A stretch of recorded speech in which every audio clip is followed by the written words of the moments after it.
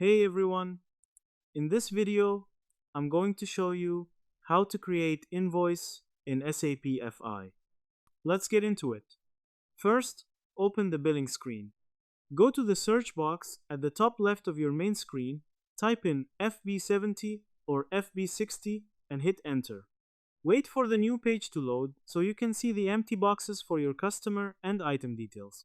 Because typing the shortcode saves you from getting lost in a massive list of folders.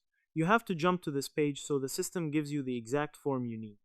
Without this step, you would just be looking at the standard home screen instead of starting your billing task. Next, fill in the customer and date boxes. Move your mouse to the customer or vendor box, type in their special number, and then put today's date in the date box. Check that the name matches your file and make sure the date is typed correctly so the system accepts it. The computer needs to know whose account to update. By filling in these top boxes, you connect the bill to the right person in your system. It ensures that the paper goes to the proper company file and tracks exactly when the deal was made. Next, type the money amount and details.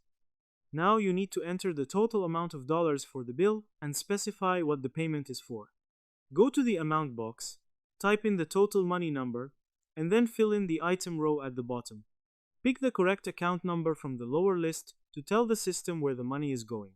This is the most important part, because this is where you input the actual numbers that affect your business bank ledger.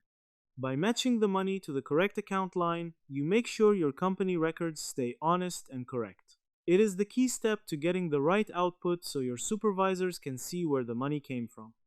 And that's it. I hope this helped you out, and I see you in the next one.